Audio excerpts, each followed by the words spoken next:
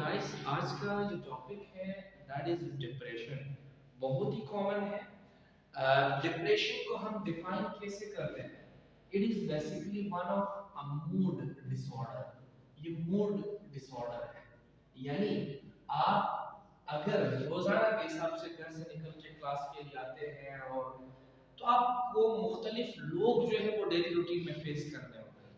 अब उन लोगों को जब आप फेस करते हैं तो आपका मूड उन लोगों की पर्सनालिटी, उन लोगों को देख के, उन लोगों को सुन के, उसके बाद आपके मूड जो है वो अल्टर हो जाते हैं।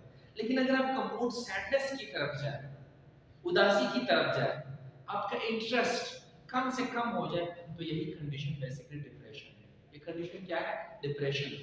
तो सवाल ये है कि ये एक मूड डिसऑर्डर है जिसमें अ पेशेंट फील, जिसमें वो क्या फील करता है?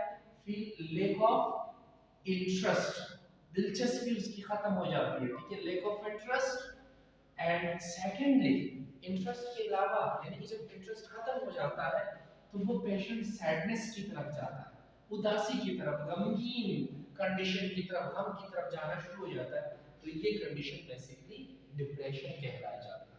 अब डिप्रेशन जो है, इसके पीछे काजेस क्या है? It is totally dependent on your brain chemistry. आपके ब्रेन केमिस्ट्री के ऊपर डिपेंडेंट है, यानी आपके ब्रेन में एक खास किस्म के केमिकल्स खारिज होते हैं और वो केमिकल्स आपके मूड को कंट्रोल करते हैं। उन केमिकल्स को हम नाम देते हैं न्यूरोट्रांसमीटर का। तो जब ये न्यूरोट्रांसमीटर आपका ब्रेन एबनॉर्मली रिलीज करे, आपका ब्रेन एक स्पेसिफिक अमाउंट से इनको ज्यादा से ज्यादा रिलीज करे, तो यही कंडीशन बेसिकली क्या काज करेगा? डिप्रेशन काज करेगा। क्या काज करेगा? डिप्रेशन। इसके अलावा अगर आपकी बॉडी में हार्मोनल चेंज आ जाए, हार्मोन में तब्दीली आ जाए, तो ये भी बेसिकली आपको डिप्रेशन की तरफ लेके जा सकता है। आपको खुद नहीं समझ आएगा कि मुझे क्या है, ठीक है, ऐसा मैं क्यों हूँ। आप कंफ्यूजन स्टेट में चले जाएंगे, सैडनेस की तरफ जाएंगे, इंटरेस्ट आपका खत्म हो जाएगा। तो यही कंडीशन बेसिकली डिप्रेशन कहलाया जाता है। क्या कहलाया जाता है? डिप्रेशन। इसी के साथ साथ अगर देखा जाए आपके लाइफस्टाइल, यानी कि आपके लाइफ इवेंट्स के ऊपर, वाकयात के ऊपर भी डिपेंडेंट है। आप इस क्लास में बड़े मजे से बैठे हो, लेकिन मैं आपको उठा के बोलता हूँ कि आप मेरे क्लास से बाहर चले जाओ, तो इस वक्त जब आप बाहर जाएंगे, आपका ब्रेन आपको मुख्तलिफ थॉट्स की तरफ, ख्यालात की तरफ सोचने पे मजबूर करेगा। तो ऑटोमेटिकली आपका मूड जो है वो दूसरे डायरेक्शन की तरफ जाएगा, और वही डायरेक्शन जो आपको सैडनेस की तरफ लेके जा रहा है, आपको सैडनेस की तरफ लेके जा रहा है, यही कंडीशन बेसिकली आपका डिप्रेशन है। वैसे अगर हम रिस्क फैक्टर्स की बात करते हैं, so there are a lot of risk factors. बहुत सारे रिस्क फैक्टर्स हैं जो हमें किस जानब लेके जाते हैं?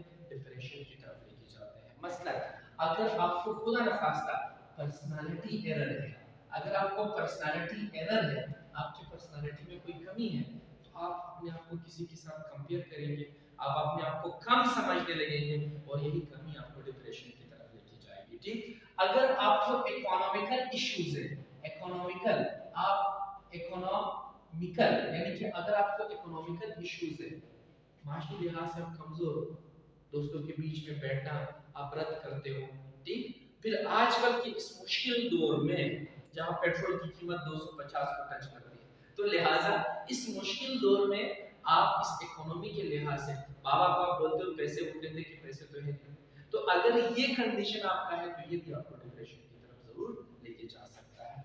सेकेंडली, डिपेंडेंट है आपके रिलेशन के ऊपर। खुदा न खास्ता आपको कहीं पे कोई रिलेशन टूट जाए, ठीक, और वैसे भी ऐसा कोई दरख्त नहीं है जिसको हवा ना लगे, ठीक है।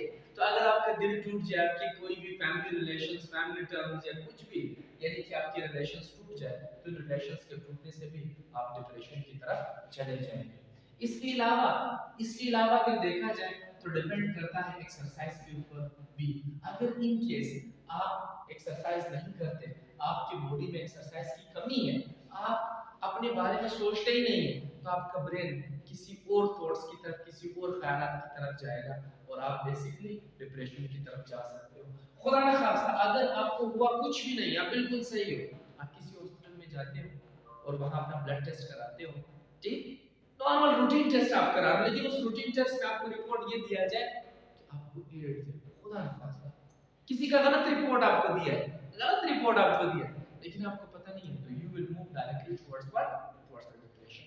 यही कंडीशन भी आपको डिप्रेशन की तरफ लेके जाएगी।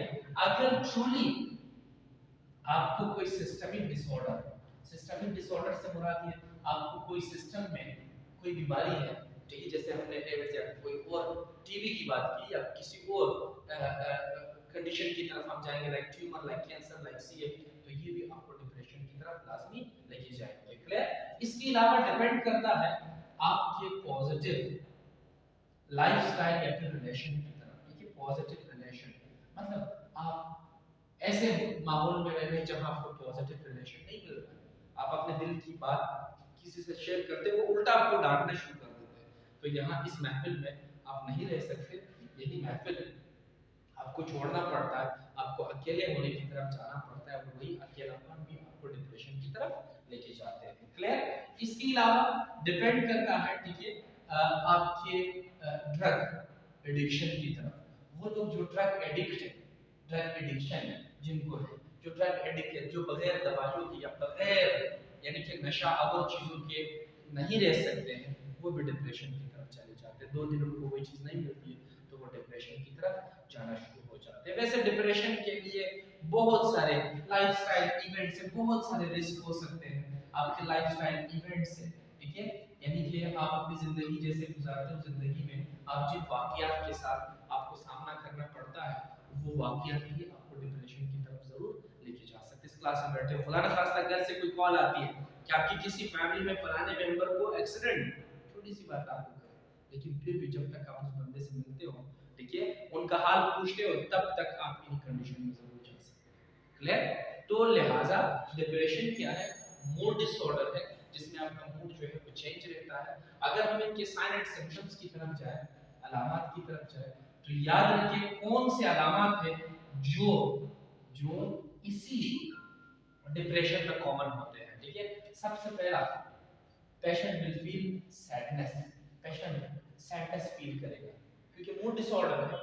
Secondly patient will be moving towards inactivity, दिल नहीं चाहेगा, पेशेंट कोई भी काम वो दिल से नहीं करेगा।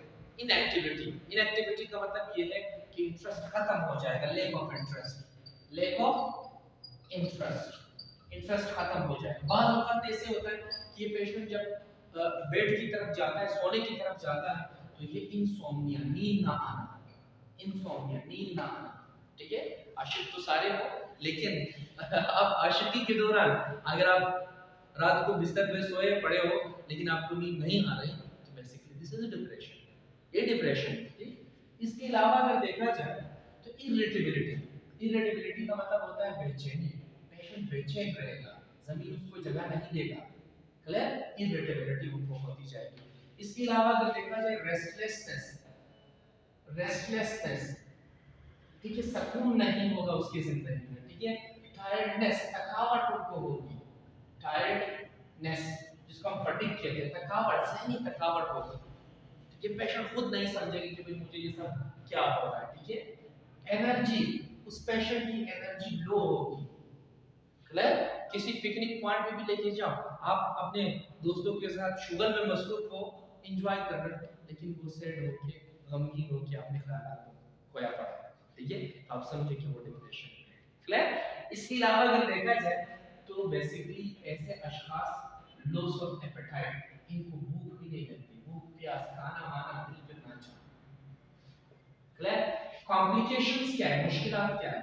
अगर कोई शख्स डिप्रेशन में है तो ये डिप्रेशन फिर परसिस्टेंट रहेगा, ये डिप्रेशन एंजाइटी में कन्वर्ट हो सकता है, ठीक है। और यही एंजाइटी जो है ये क्या करेंगे, ये उनको लोनलीनेस स्टेज में लेके जाएंगे, वो तन्हाई की तरफ जाना शुरू हो जाएगा।